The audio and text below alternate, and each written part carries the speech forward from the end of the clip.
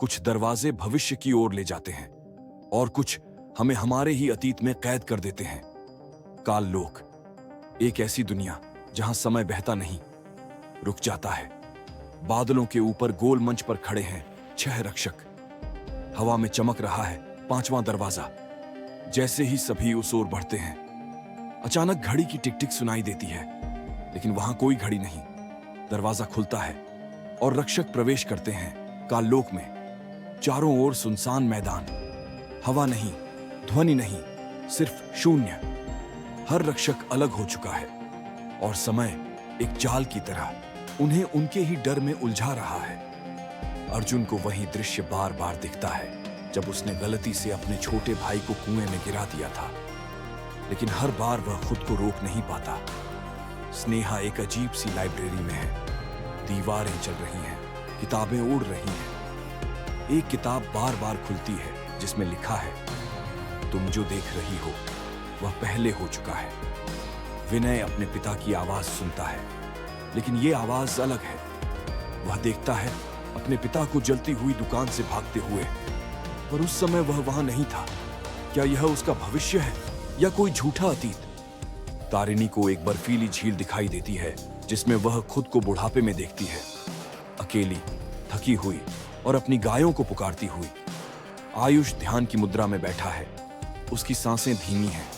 वह सुन सकता है समय की लहरें और वह समझ जाता है, अगर हम अतीत को बदलें तो भविष्य टूट जाएगा। विद्या को एक टूटती हुई नाव दिखती है और उसमें एक बच्चा फंसा हुआ है, लेकिन जब वह पास जाती है, वह बच्चा वही है, वह खुद। एक तंग सुरंग में सभी की राहें जुड़ती हैं। एक गहरे रंग का गार्जियन वहां उनका इंतजार कर रहा है। उसकी दाढ़ी समय की रेत जैसी है, आंखें घड़ी के कांटों जैसी घूमती हैं। वह बोलता है, तुम्हें लगता है तुम समय को जीत सकते हो, पर समय वही है जो तुम्हें बार बार तोड़कर बनाएगा जब तक तुम खुद को पहचान ना लो। अंतिम चुनौती। सभी को एक साथ उस पुस्तक को छूना होगा जिसमें उनका बीता हुआ, वर्तमान और संभावित भविष्य तीनों एक साथ लिखे हैं। पर अगर किसी ने झूठ बोला, अपने डर को छुपाया, तो वह समय के लूप में फंस जाएगा, हमेशा के लिए। रक्षक एक दूसरे की आंखों में देखते हैं। सबकी सांसें थमी हुई।